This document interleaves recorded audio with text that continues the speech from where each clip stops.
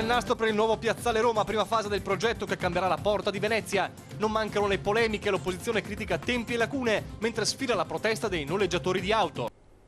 Benvenuti a una nuova edizione del telegiornale di Venezia. In primo piano dunque viabilità e urbanistica a Venezia, nuovo Piazzale Roma, si alza il sipario, finita la prima fase dei lavori per la trasformazione da mega parcheggio a grande piazza della città, ma nel giorno del taglio del nastro non sono mancate le polemiche.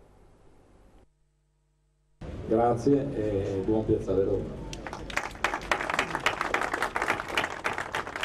C'è stata un'assenza di coordinamento spaventosa che ha creato enormi disagi in questi mesi. Mancano i cartelli per i bagni, che se un paraplegico deve andare in bagno pubblico deve fare tutto il giro del giardino praticamente per dopo pagare 1,50 €. La rivoluzione è iniziata e con essa anche la rivolta. Le polemiche arrivano già nel giorno dell'inaugurazione. Si alza il sipario sulla prima tranche del nuovo Piazzale Roma, l'operazione di urbanistica e viabilità che dovrà liberare la porta di Venezia dal traffico congestionato. Nuova area pedonale, alberi piantumati, una rotonda per far tornare indietro il flusso dei veicoli, parcheggi modificati e spostati in modo da liberare il centro della piazza. E secondo la polizia locale già i primi segnali di un abbassamento del traffico. Il nostro obiettivo è quello di trasformare quello che è da sempre considerato una sorta di grande parcheggio, di grande posteggio, invece in una piazza che unisce le due realtà di Acqua e di Terra città. Ma l'opposizione è già all'attacco e denuncia lacune e ritardi nella messa in opera. Credo che manchi molto rispetto a quello che si era prospettato,